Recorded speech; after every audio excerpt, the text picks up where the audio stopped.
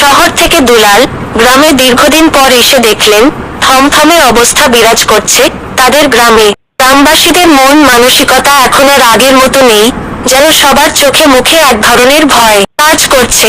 দেখে দুলালের মনে হলো। অতঃপর দুলাল গ্রামের দিকেই যেতে লাগলেন, মনে মনে বলতে লাগলেন, কি হয়েছে গ্রামবাসীর, কি এমন ঘটল যেন মনে হলো খুব মন মরা হয়ে আছে সবাই। এমন তো আগে কখনো দেখি নাই গ্রামে তেমন। এই কয়েকদিনে কি এমন ঘটল? ভাই, কি হয়েছে আমাদের গ্রামে? তোমরা কিছু বলতে পারো আমাকে? আসলে কি বলো দুলাল, অনেকদিন পর শহর থেকে গ্রামে এলে গ্রামে আতঙ্ক বিরাজ করছে। গ্রামবাসীর কাছে আমরা শুনি পূর্বের বাঘের পথে অনেকেই ভয় পায়। গ্রামের জঙ্গলের রাস্তা ভয়ঙ্কর শাকচুন্নি দেখে গোটা গ্রাম নীরব ভয়ে দিন পার করছে।